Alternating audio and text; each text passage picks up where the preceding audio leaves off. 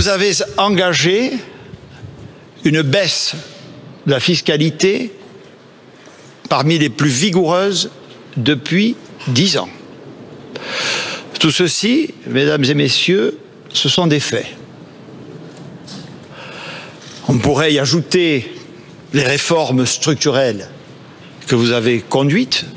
Et pour revenir à la période la plus récente, aux mesures que votre gouvernement a adoptées, les plus vigoureuses d'Europe, pour éviter que notre économie ne s'effondre, avec, rappelons-le aussi, une attention constante aux plus faibles et aux plus démunis.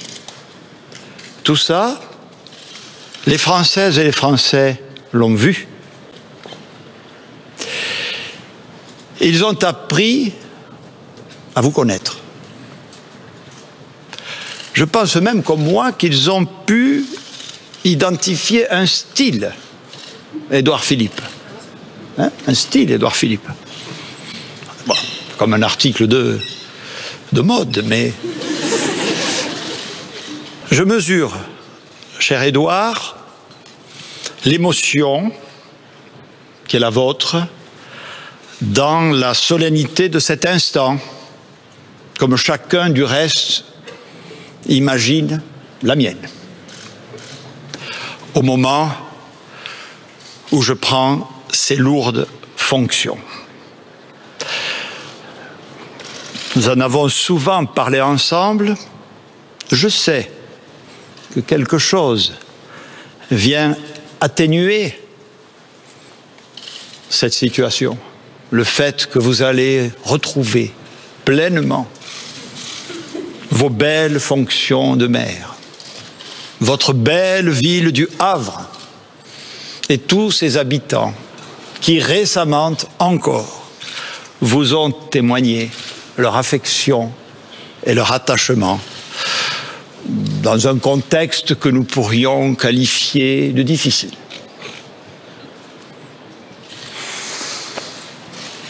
Un maire du Sud, un peu plus loin, du monde rural, vient donc remplacer un maire du nord de la Loire, d'une grande ville, industrielle, maritime. Ainsi est la France. Nos styles aussi, assurément, sont différents.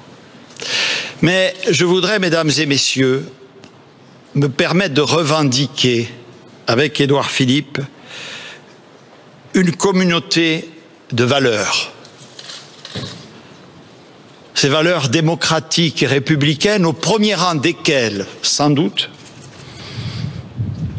la conception suivant laquelle le service de l'intérêt général et de l'État doivent prévaloir sur toute autre considération. Il nous faudra plus que jamais réunir la nation pour lutter contre cette crise qui s'installe.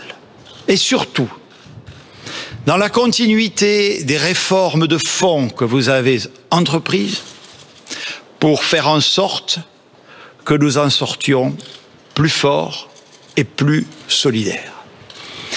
Merci beaucoup, mon cher Édouard, certes pour vos propos, surtout pour votre action au service de nos concitoyens. Nul ne doute ici que vos immenses talents vont durablement rester au service de la France.